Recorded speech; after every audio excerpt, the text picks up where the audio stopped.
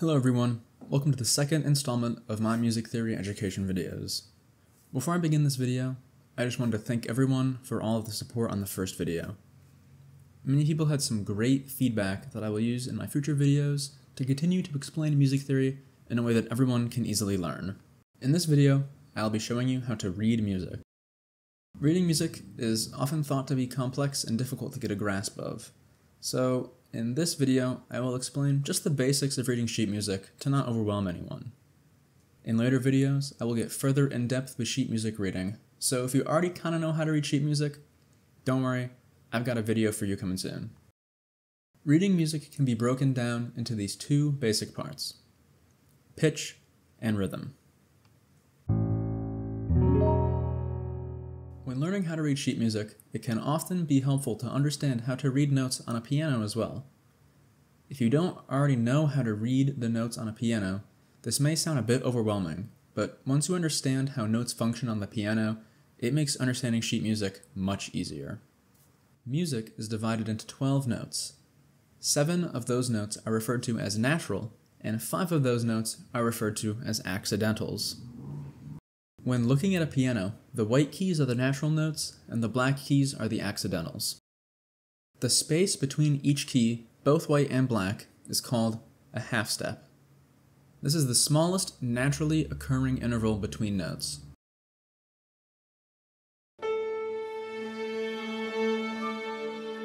All pitch is measured by the frequency of the sound waves it produces. This is measured in what we call hertz. The note you just heard is A440 Hz, also known as A4 in music. This is usually the frequency musicians tune their instruments to. Increasing the frequency will make the pitch sound higher, while decreasing the frequency will make the pitch sound lower. If I double the frequency from 440 to 880, the note name will still be A, but it will sound higher than the original frequency of A4. We call this A5. If I half the frequency from 440 to 220, the note name will again still be A, but will sound lower than the original frequency of A4. We call this A3. If you found this surprisingly easy to understand, you're probably right. Our brain actually is able to recognize the doubling or halving of frequencies as the same pitch, regardless of any music theory knowledge. The doubling or halving of the frequency of a note while maintaining the same pitch is known as an octave. An octave is a musical interval that spans 12 half steps. If we start at A and play all 12 of the notes in an octave, the next note will be A again, but it will be an octave higher than the A we started on. Now that we know about how octaves work and how our brain perceives pitch, it's time to learn what the 12 notes in music are. Western music theory, originating from Europe long ago, is the most commonly used theory system in North America and Europe. In Western music, the 7 natural notes are A, B, C, D, E, F, and G. On the piano, those 7 notes always fall on these keys, and repeat every octave. Middle C is used as the main point of reference when talking about pitch. As you may have guessed, it's called middle C because it falls just about in the middle of the keyboard. Middle C is known as C4, and it is the first note of the 4th octave in music. That's right, although A does come before C in the alphabet, C is used to show the beginning of a new octave. So if we mark the beginning of each octave on a piano, it would look something like this. The black keys on the piano are referred to as accidentals. There are 5 accidental notes in Western music. Since accidentals are placed in between natural notes, all accidental notes have 2 names. Each accidental can be referred to as sharp or flat. A sharp note is notated with a hash mark and tells the musician to play that note 1 half step higher than the written letter, while flat is notated with a symbol similar to a lowercase b and tells the musician to play that note 1 half step lower than the written letter.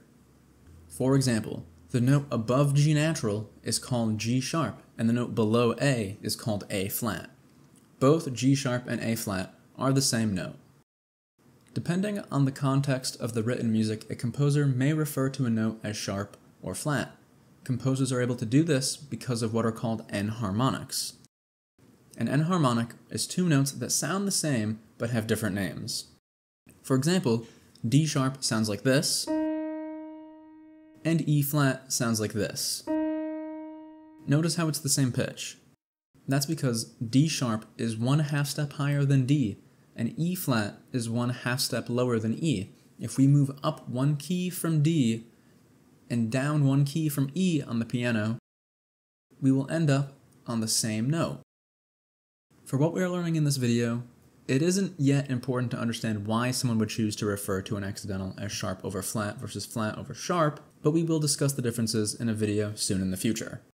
Now, if we go back to the piano, this diagram will show you all of the notes on the piano, both natural and accidental. You may notice that there is no B sharp, C flat, E sharp, or F flat on the piano. These notes do exist, but because of the tuning system we use, B sharp will sound the same as C, C flat will sound the same as B, E sharp will sound the same as F, and F flat will sound the same as E. These are also examples of enharmonics. However, composers will almost never use B sharp, C flat, E sharp, or F flat, as their enharmonic equivalents are much easier to read and understand. Now that we know the basics of pitch in music and how they relate to the piano, it's time to learn how to read pitch on sheet music. For this video, we will be reading music in the treble clef, as it is the most commonly seen clef in music. If you remember from the previous video, this is a staff. The staff is made up of lines and spaces, each corresponding to a specific pitch. A note can be written on any of the lines or spaces to indicate which pitch the musician is to play. In treble clef, the notes in the 4 spaces from bottom to top are F, A, C, and E. This is easy to remember if you think of the space notes forming the word face. The 5 line notes in the treble clef from bottom to top are E, G, B, D, and F. I find that it is easiest to remember the line notes as thinking about the space notes around the targeted note. Each line note is written on the lines between the space notes. Therefore, they will always be one letter away from one of the easy-to-remember face notes. For example, if we want to identify this note, we know that the space note below it is F. Since every movement up or down from a line to a space or a space to a line represents moving one letter, and the note we want to identify is one movement up from F, we now know that the unknown note is G. Accidentals are written on the line or space that corresponds with their letter. A sharp or flat marking will be placed on the line or space right before the note. Much like the piano, the treble clef also shows the octave of notes. The note on the bottom space is F, but so is the note on the top line. The further down in the staff the note is located, the lower the note is. In the treble clef, the bottom space is F4. Going up from there we have G4, A4, B4, and then C5, because remember C is always the beginning of a new octave. After that we have D5, E5, and finally F5. F5 will sound one octave higher than F4. Now, what happens if a composer wants a musician to play a note higher than F5? Well, there is a system in place to continue the pattern of treble clef notes outside of the staff. After the top line, F, the next note is placed on top of the staff. Since the order of note names always stays the same, the note on top of the staff is G, more specifically G5. Now, if we continue to go even higher to A5, a ledger line is added. Ledger lines act as a way to easily identify the notes beyond the staff. A ledger line has been added, and A5 will be a line note crossing through the first ledger line. After that, B5 will be a space note placed on top of the ledger line. Once we get to C6, we will add another ledger line, and C6 will become a line note. The same is true when playing below the staff. To notate playing below E4, the next note lower is D4. D4 will be placed right below the staff as a space note. C4 will be one ledger line below the staff as a line note. B3 will be below the first descending ledger line as a space note. A3 will be 2 ledger lines below the staff as a line note. This pattern of adding ledger lines allows for infinite additions of line and space notes. although typically instruments do not play more than 3 ledger lines above or below the staff. This diagram shows all the commonly used treble clef notes and where they are on the staff. It is important to try to rely on memory when learning the notes on the staff rather than using the face method. By committing the position of notes on the treble clef to memory, you will eventually be able to identify notes very quickly, and with enough practice, you won't even have to think about it. Learning to read music can be very intimidating and challenging, so I have linked some helpful resources for practicing in the description. I have linked a website to practice reading note names on the treble clef and the piano. The website will generate random notes every time, so it can be very helpful in learning to read music. Now, to put everything together that we just learned about pitch, here's a diagram of the full range of the piano with all of the notes labeled with their note name and octave. If the note has an enharmonic, both note names are given. A typical 88-key piano can play 7 1/4 octaves. Now, before we put rhythm and pitch together, let's review some of what we went over in the previous video. I will play 6 common rhythms in 4/4 time, along with a metronome at quarter note equals 80. Then I will break down the examples to help solidify the basic concepts of rhythm. If you feel more comfortable with rhythms, feel free to clap or tap along. Each rhythm will be played twice.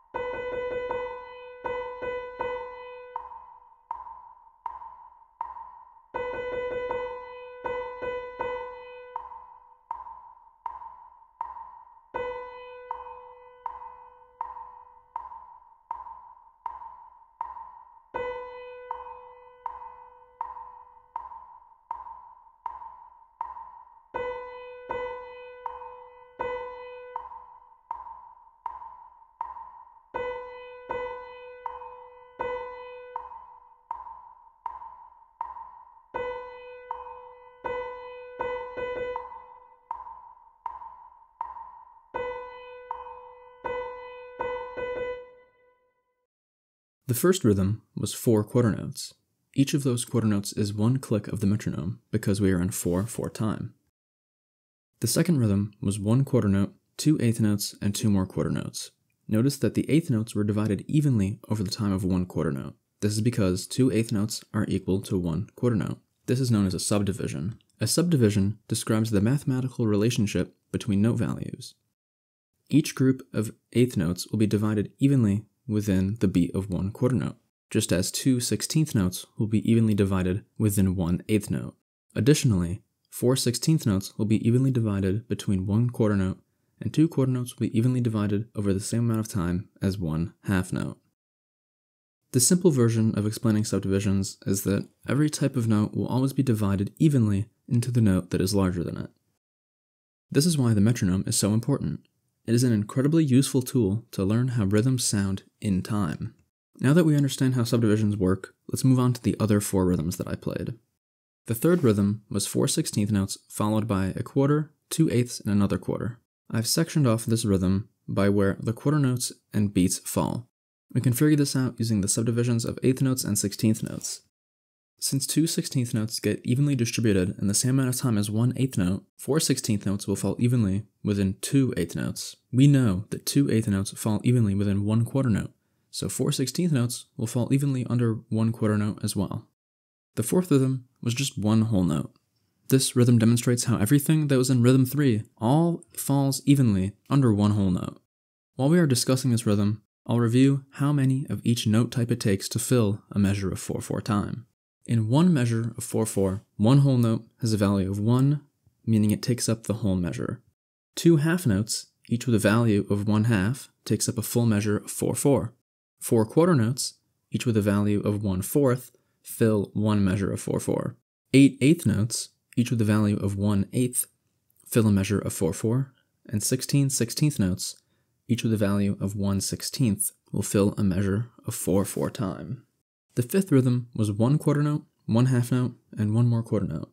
This rhythm shows that although the quarter note gets the beat in 4/4 time, the metronome can also be very useful to count how long a note lasts. In 4/4 time, a half note lasts exactly 2 beats. The final rhythm uses most of the basic rhythms found in music, and shows how rhythms are notated. Notes that are less than 1 beat get connected by a beam. So in 4/4 time, 1/8 note will look like this, while 2/8 notes look like this. 16th notes look very similar, except they have 2 beams. This is because when you see a single 16th note, there are 2 flags at the top of the note. The 2 beams show that 2 16th notes take up the same amount of time as 1/8 note. When any note less than a beat is combined, the amount of flags will always be the same as the amount of beams connecting the notes. In 4/4 time, notes that are less than a beat are always connected in groups of 2 or 4. In this last rhythm, there is 1/8 note connected to 2 16th notes. This may seem confusing to some, so let me break this down to make it very easy to read this type of rhythm. Notice how the 8th note has 1 beam, and the following 2 16th notes have 2 beams. This notation helps to show musicians that the rhythm will fall under 1 quarter note, and helps make reading rhythms with 8th notes and 16th notes more fluid and less busy to the eyes. The more practice you get with reading rhythms, the easier it will be to read and understand subdivisions. In a future video, I'll be going more in depth with several rhythms to help familiarize you with what you can expect to see in sheet music. I will also teach you a very useful technique to help you read rhythms, and I will go over different ways rhythms can be notated so you'll be able to successfully read any rhythm that you see. Let's combine what we know about pitch and rhythm. I will show you 4 examples of pitch and rhythm together, then play what they will sound like with a metronome on the piano. Try to clap your hands or tap your fingers with the rhythms and try to say the names of the notes in rhythm. If you are more experienced and have access to a piano, or if you play another instrument, try to play along. It's good to practice on a real instrument if you have access to one. If you don't have access to an instrument, don't worry. This is still a great exercise to see if you understand how pitch and rhythm work together. I will give you 20 seconds to play each example on your own, then I will play them twice so you can see how you did. I'll also put the names of the notes on the screen when I play the examples so you can see if you remember the note names. Example 1 will start on a middle C. If you are playing piano, middle C or C4 is the C that sounds like this. To make it less complicated, each example will start on the same note that the previous example ended on.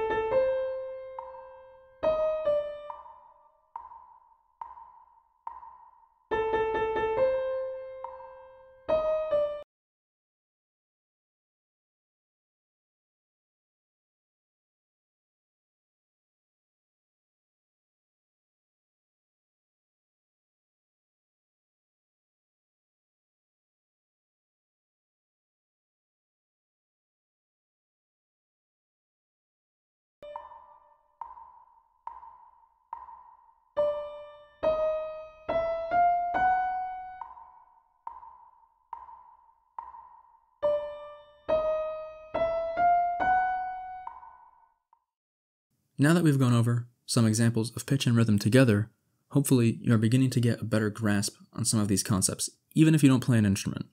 This video was just an introduction to reading and understanding pitch and treble clef and rhythm. In future videos, I'll be going more in depth with pitch and rhythm concepts. Also, make sure to check out the resources in the description to help you become more fluent in reading music. In the next video, I will discuss the basic scales and keys of Western music. I'm also currently working on a shorter video about how to read another one of the most commonly used clefs, bass clef. Hope to see you all there.